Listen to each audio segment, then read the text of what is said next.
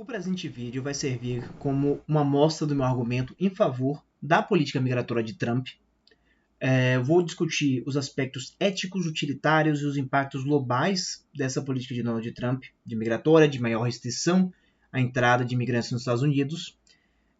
Antes de continuar, peço para vocês curtirem, compartilharem, se inscreverem e por aí vai.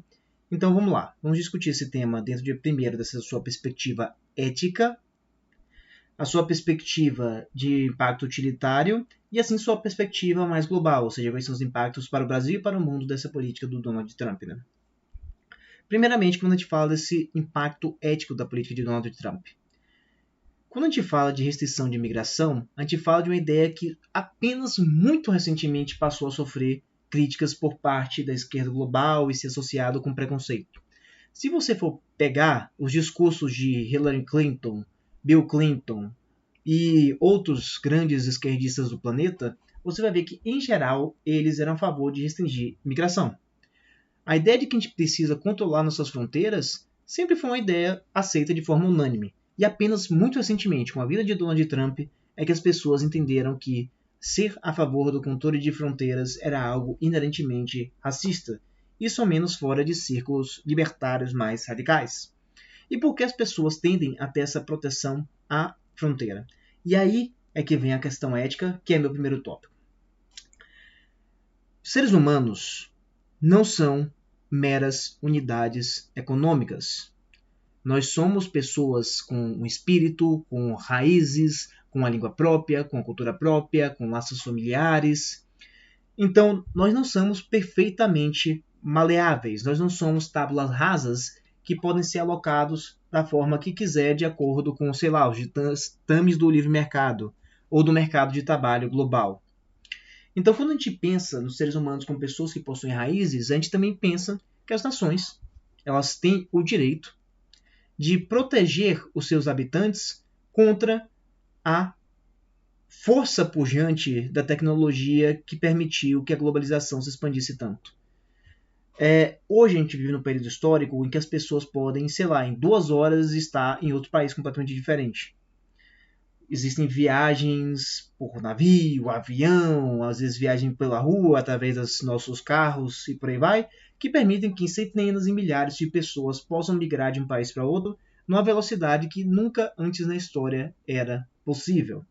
Existem coisas positivas com isso, existe, o intercâmbio de culturas é sempre bom, o intercâmbio de tecnologias é sempre bom, mas é de se perguntar até que ponto as pessoas migrarem de um país para outro para se sedimentar é algo positivo ou se a gente não está retornando a um tipo de economia que era uma economia nômade, né? Em que os seres humanos ficam pulando de um lugar para o outro sem criar raízes, sem criar instituições, sem criar civilização e sem se sedentarizar, apenas vivendo perpetuamente como nômade, explorando tudo de um lugar para ir depois ir para um lugar mais rico e explorar tudo daquele lugar e depois pular para outro. Então é isso que, essencialmente, uma política migratória como a do Trump, que é mais restritiva, procura evitar ou ao menos refrear, que é esse pulo e pulo de países de pessoas que são desenraizadas com esse país em favor das pessoas que já estão ali sedimentadas. Pessoas que já têm família, pessoas que têm filhos, pessoas que pagaram impostos a vida inteira, pessoas que, em geral, formularam aquele país como ele é e criaram os usos e costumes daquele país que permitiram que ele tivesse o sucesso que tem hoje. Então, se você tem, por exemplo, uma pequena cidade, vamos dizer que é uma cidade de 10 mil habitantes, e a cidade de 10 mil habitantes recebe 5 mil migrantes de algum país que não tem uma cultura muito próxima da sua, esses 5 mil migrantes muda por completo a sua forma de ser, a sua forma de agir, suas expectativas sociais e também sobrecarrega a sua economia. Quando a gente fala desses usos e costumes sociais, a gente tem que pensar inclusive em níveis mais extremos. Se você pensa que em sociedades ocidentais a gente aceita que mulheres andem com a roupa mais curta sem experimentar violência na rua, não necessariamente em outras sociedades do planeta a gente vai ter essa aceitação completa. Na Europa é comum você ter essas tensões entre os muçulmanos de países mais restritivos, muitas vezes partindo para cima de mulheres ocidentais que estão acostumadas a usar menos roupa. Então, isso é algo a ser aceito ou não aceito? Dentro de uma perspectiva de política pública, eu não sei qual é a decisão mais correta. Contudo, o que a gente sabe é, se existem duas partes em conflito sobre esse tema, vai haver um conflito que pode desembocar em violência, em marginalização, nas partes querendo gerar um atrito que pode elevar para um aumento geral da violência no país e de homicídios completamente desnecessários. Também isso implica, muitas vezes, em marginalização. As pessoas que muitas vezes vêm de fora têm dificuldade de se inserir no mercado de trabalho e muitas vezes têm que recorrer a meios alternativos para entrar para disputar com o mercado de trabalho comum, para poder sustentar sua família, e isso desenvolve um mercado alternativo que muitas vezes tem a ver com crime, com droga, com tráfico humano e com coisas extremamente sérias. Então é muito comum você viajar para esses países. No Brasil a gente não vê tanto, porque a gente não tem tanto imigrante, mas nesses países da Europa, nos Estados Unidos, muitas vezes a gente tem uma comunidade imigrante que vive num bairro, e um bairro que a polícia tem medo de entrar, por causa que é um bairro tomado por gangues e por pessoas que, devido à marginalidade, acabam indo para um lado ruim. Então é algo que precisa ser refreado. É uma diferença de você chegar e receber, numa cidade de 10 mil habitantes, receber, sei lá, 5 mil pessoas de vez, e numa cidade de 10 mil habitantes você receber, sei lá, 1.000 pessoas por ano, ou 200 pessoas por ano, porque essas 1.000 ou 200 pessoas, eventualmente elas vão se adaptando, aprendendo os usos, aprendendo os costumes, e se integram ao local. E a partir do momento que você aprende os costumes, você se insere melhor no mercado de trabalho, você consegue entender as instituições políticas e sociais para participar melhor delas. Então, existe sim a possibilidade da migração ser bem sucedida, mas a migração ser bem sucedida tem uma série de implicações prévias para que isso possa acontecer de maneira plena. E não só isso, vamos dizer que a pessoa que entra, ela consegue entrar no mercado de trabalho. Vamos dizer que a imigração é perfeitamente legal. Mesmo sendo a migração perfeitamente legal, pode ser que ela sobrecarregue o mercado de trabalho para aquelas pessoas que já estão sedentarizadas no país. Lembre-se do que eu falei, existem pessoas que nasceram, cresceram em determinado lugar e têm expectativa de permanecer nesse lugar. Elas não são pessoas que, a não ser que haja algo muito extremo, elas vão se mudar. Se mudar de país, se mudar de cidade, se mudar de tudo, é ao mesmo tempo sacrificar muitas coisas importantes para o ser humano. Seja sua família, seja seus amigos, sua rede de segurança social, né? Que é algo que a gente tem que pensar, pai, mãe, filho, irmão, formam sua rede de segurança social que ajudam caso você perca seu dinheiro, tenha uma doença, você tem toda uma rede para te proteger para que você não se destrua. Então essa rede social é uma base de sustentação que quando você migra, você perde e que você tem que restabelecer do zero. Então as pessoas não gostam de migrar. A maior parte da humanidade não vai migrar, vai permanecer nos próprios países de origem, a não ser que tenha alguma grande guerra. Então quando você pega essa pessoa com essa expectativa de permanência e faz ela se confrontar com milhares e milhares de pessoas dentro do mercado de trabalho, você tem um problema.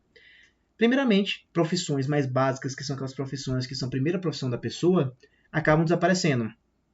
Aqui no Brasil a gente não vê isso muito, mas eu tive a oportunidade de ver nos Estados Unidos que é muito comum que o primeiro emprego das pessoas, independente da classe social, fosse um emprego em fast food. Enquanto aqui no Brasil, no fast food, a gente já vê pessoas mais velhas, lá, qualquer adolescente, 16, 14 anos, eles ganham uma autorização de trabalho especial e você vê que todo mundo que está te atendendo é um adolescente na sua primeira carreira.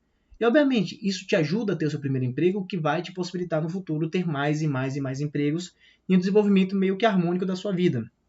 O que não acontece quando subitamente chegam várias pessoas que ainda não inseridas no seu país vão disputar você para o mesmo cargo. Muitas vezes puxando os salários para baixo, ou seja, o seu primeiro salário não vai ser tão alto quanto esperado, e muitas vezes fazendo com que esse emprego não exista para você. Porque algumas vezes as pessoas que vêm de fora podem ser consideradas pelo seu empregador mais qualificadas, principalmente se você tem alguma dessas políticas que também vem atacando, que é as políticas que a gente chama de diversidade, né? Ou seja, se tiver um branco e um latino-americano, que lá eles não consideram latino-americano branco em geral, mesmo que você seja considerado branco nos Estados Unidos daqui, se tiver um branco de lá com latino-americano branco ou qualquer outro, ele vai preferir qualquer pessoa ao que é o nativo, porque eles precisam bater uma cota legal de diversidade. Então você percebeu que as pessoas que estão lá sedentarizadas muitas vezes estão sendo prejudicadas por esse movimento de imigração em massa dentro de coisas que são perfeitamente razoáveis, inserção no emprego, expectativa de diminuição da violência. E eu acho que outro aspecto também que a gente precisa discutir é a questão imobiliária, né? Recentemente, nem foi nos Estados Unidos, estava vendo em Barcelona, que está havendo um grande protesto das pessoas contra o turismo. Não era nem contra os migrantes, era contra os turistas. Por quê? Porque muitas delas viam que determinados apartamentos que poderiam ser alugados a um preço baixo pelos mais jovens, agora estavam sendo ocupados por Airbnbs. E esses Airbnbs, que obviamente vão servir muitas vezes para uma pessoa mais rica alugar uma casa lá em Barcelona, para ficar alguns dias, poderia muito bem servir como uma casa para os moradores de Barcelona. Então você encarece porque você aumenta a quantidade de pessoas demandando o serviço, enquanto a oferta tem o seu limite natural, porque você não tem um crescimento infinito de Barcelona, você tem um crescimento limitado. Então, essa forma de vida ser preservada não é, de forma alguma, um problema geral. É, de fato, uma postura ética, na medida em que, obviamente, a gente não toma posições absolutas. Veja, o fechamento absoluto das fronteiras dos Estados Unidos e a deportação de todo mundo à torta e à direita certamente seria uma conduta antiética. Mas a gente não está falando aqui de posições absolutas, mas sim de uma maior restrição que está sendo nesse momento discutida e negociada. Né? Existem elementos do governo Trump que querem medidas mais radicais, outros que querem medidas mais moderadas. Provavelmente vai chegar no meio termo disso aí, sendo que a posição mais flexível é favorável que ao menos os imigrantes de alto rendimento entrem. E Donald Trump até foi amplo quando falar o que é um imigrante de alto rendimento. Ele falou, por exemplo, garçons de alto rendimento. O que seria um garçom de alto rendimento? Ou seja, não é somente um engenheiro super avançado, né? São profissões até mesmo mais simples, que são os vistos H1B, que estão sendo discutidos agora. Então a política migratória de Trump não vai ser tipo fechou para todo mundo, mas sim um tipo de restrição para que eles filtrem o que vem sendo excessivo, o que vem passando da medida do que seria o bem comum. E veja, isso não é uma posição só do Trump. Em algum nível foi uma posição tomada lá no The Regno por Tomás de Aquino. Estava vendo um artigo, acho que foi no Distributist Review, eu não lembro qual foi a revista exata, que comentava precisamente o que seria a política migratória de Santo Tomás de Aquino. E o Tomás de Aquino falou, olha, é muito importante nessa política migratória que as pessoas que entrem nesse novo país sejam capazes de se adaptar aos usos e costumes do país. Existe um dever moral, não somente das pessoas de receberem, mas também o dever moral dos imigrantes de serem aptos a entrar naquele país, terem valores em comum, ou senão o tecido social se desmancha. O que me leva ao segundo aspecto aqui dessa política, né? Que é um aspecto de conveniência mais mundial, de conveniência geopolítica, né? Porque, veja, quando a gente pensa nos Estados Unidos, a gente não pode pensar nos Estados Unidos como um país isolado, como a Colômbia, como o Uruguai ou como o Brasil. Os Estados Unidos é o país mais poderoso e influente do planeta. Nós não podemos escapar dessa realidade, como vi muitas vezes influenciadores que não necessariamente eram de esquerda, até pessoas de direita, católicos tradicionais, que gostam de fazer de arrotar lá a encíclica anti-americanismo. Veja, a encíclica anti-americanismo veio condenar a doutrina do destino manifesto dos Estados Unidos, que os Estados Unidos era o país mais avançado, que era um país profético, e por aí vai. Ela não veio dizer que os Estados Unidos não é um país relevante no cenário geopolítico global, não veio dizer que os Estados Unidos é amaldiçoado, nem nada do tipo. Não existe país no planeta que seja absolutamente amaldiçoado pela Igreja Católica, pelo amor de Deus. Estados Unidos tem uma Igreja Católica regular, tem santos e tem toda a sua história também lá. Os Estados Unidos é um país avançado, é um país que influencia a cultura do planeta inteiro e influencia a política do mundo inteiro. Então, quando você fala dos Estados Unidos assumir essa postura de aceitar o maior protecionismo com suas fronteiras, você abre também a maior chance e a maior legitimidade para outros países ao redor do planeta acompanharem os Estados Unidos. Então, existem muitos países que precisam de uma política migratória mais restrita, que pode agora fazer isso graças ao precedente aberto por Trump. E muitos desses países que são países do Ocidente e países bastante estáveis, né? Porque nos últimos 10, 20 anos a gente viu uma movimentação de uma forçação de barra para que os países da Europa às vezes recebessem uma quantidade de imigrantes que muitas vezes não são capazes de comportar. Por quê? Por causa que os países da Europa têm o welfare state, que é o estado de bem-estar social, que é o estado que dá bolsas, família, vamos dizer assim, para todo mundo, é o estado que dá educação para todo mundo, saúde para todo mundo. E isso atrai os imigrantes para lá. Se você sabe que se você sair do seu país, você vai ter saúde de qualidade, dinheiro de qualidade, tudo de qualidade para você, você vai sair correndo para lá e aceitar qualquer risco para ter uma vida melhor. Só que o problema é que isso atrai artificialmente várias pessoas a se alocarem nesse país, pessoas essas que muitas vezes têm expectativas irreais da capacidade deles de se adaptar ao país e que trazem usos e costumes que não são muitas vezes bons ao país. Então, muitas vezes quando a gente fala da imigração, a gente fala de países que são desestabilizados, pessoas que muitas vezes estão envolvidas com crime, e pessoas que sobrecarregam em geral todo esse sistema dos países que muitas vezes não têm capacidade de responder a uma quantidade muito grande de pessoas entrando. Não são pessoas que estão se distribuindo dos países de uma forma natural, de acordo com as melhores oportunidades, mas são pessoas que estão indo para esses países que têm o bolso aberto, e muitas vezes o bolso aberto de uma forma generosa, e de uma forma generosa demais que atrai pessoas a ficarem concentradas neles em detrimento a outros países que não dão esses benefícios. Então, esse é outro problema que, graças a Trump, a gente vai começar a conseguir resolver. Vão gerar mais estabilidade em termos de relações étnicas, não vão ter mais pessoas, muitas vezes convivendo no mesmo país, querendo matar uma a outra porque suas culturas são diferentes. Você vai ter um sistema de saúde, de educação e por aí vai nesses países que vai ser mais estabilizado. E uma terceira coisa que eu acho importante é que muitas das pessoas que sairiam de países pobres e têm alta capacidade, pessoas de alto rendimento, muitas vezes vão se manter nesse país e também resolver problemas desses países, muitas vezes com o amparo desses países mais ricos. Né? Cada vez mais os países mais ricos estão começando a pensar, olha, eu não consigo, para mim, não é vantajoso que essas pessoas venham para o meu país. Então acho que a gente tem que começar a resolver os problemas dessas pessoas no país dos outros. Ou seja, se a pessoa vem, vamos dizer, do Paquistão, e ela foi para Suíça e depois voltou para o Paquistão de volta. Pode ser que a Suíça possa dar um apoio para essa pessoa se estabelecer no seu país de origem, de forma que ela não sobrecarregue os suíços e não se sinta marginalizada por não ter os usos e costumes do povo suíço. Então, é uma relação de mão dupla que acho que lentamente vai ser desenvolvida nesse processo que não deveria ser mais pensado como deportação, mas muitas vezes como uma repatriação, né? Um terceiro aspecto que a gente tem que pensar também é que nós não falamos aqui como pessoas que estão nos Estados Unidos. Nós somos brasileiros, latino-americanos, e a gente tem que pensar também que, em algum nível, essa restrição afeta a gente.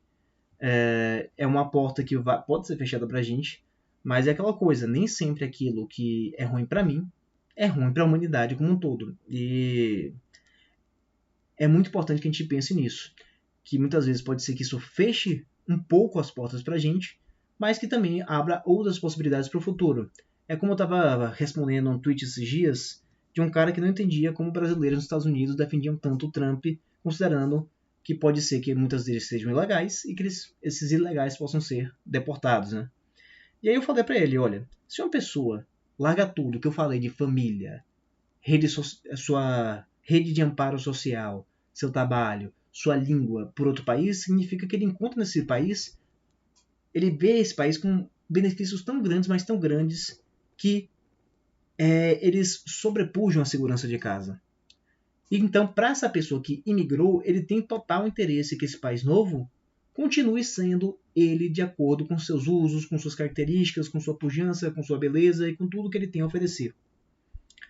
Então, para o imigrante, é interessante que os Estados Unidos se mantenham sendo Estados Unidos.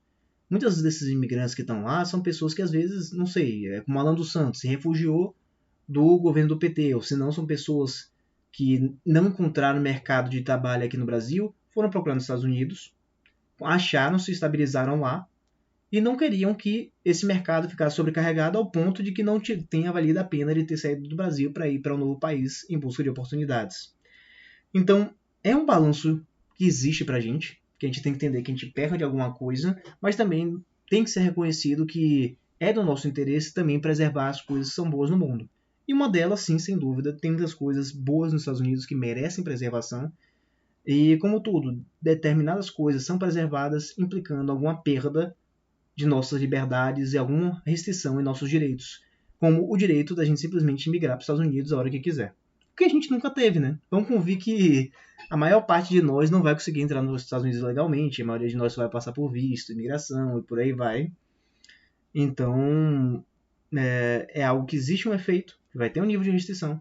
Não é um nível de restrição absoluto, é um nível de restrição que está sendo manejado para que se coloque uma situação que seja mutuamente saudável pelas partes. Porque existe o interesse dos Estados Unidos ser um país estável, funcional, e existe o nosso interesse, caso você seja uma pessoa que planeja sair, que quando você chegue lá, você não encontre um país destruído, mas que você encontre um país bom e pujante.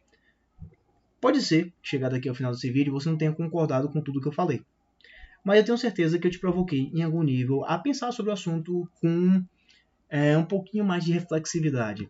Eu não vou dizer que eu tenho 100% de crença em tudo que eu falei, muitas coisas para mim ainda podem ser debatidas, discutidas, mas de qualquer forma, eu acho que dizer que tudo que Trump fez é simplesmente preconceito, ou que é uma ideia idiota, maluca, radical, para mim é ter uma mentalidade meio daquela mentalidade Globo News, né? Passando no Globo News que é algo radical, então algo é radical. Quando muitas vezes não é algo radical, é realmente um tema difícil, um tema cinzento, que comporta várias realidades difíceis, e que, comportando várias realidades difíceis, a gente tem que saber processar esses temas com a complexidade que eles merecem, não discutindo princípios gerais e abstratos se a gente tem de imigração absoluta contra a imigração absolutamente restrita, né? Mas sim saber quais são os termos ideais para promover o maior bem comum possível para toda a população, não somente dos Estados Unidos, que Trump está priorizando, mas como também do mundo como um todo. Então é isso que eu tinha para dizer. Se vocês curtiram o vídeo, acharam eles provocantes em algum nível, eu peço que vocês curtirem, compartilharem, se inscreverem e por aí vai. Muito obrigado e até a próxima.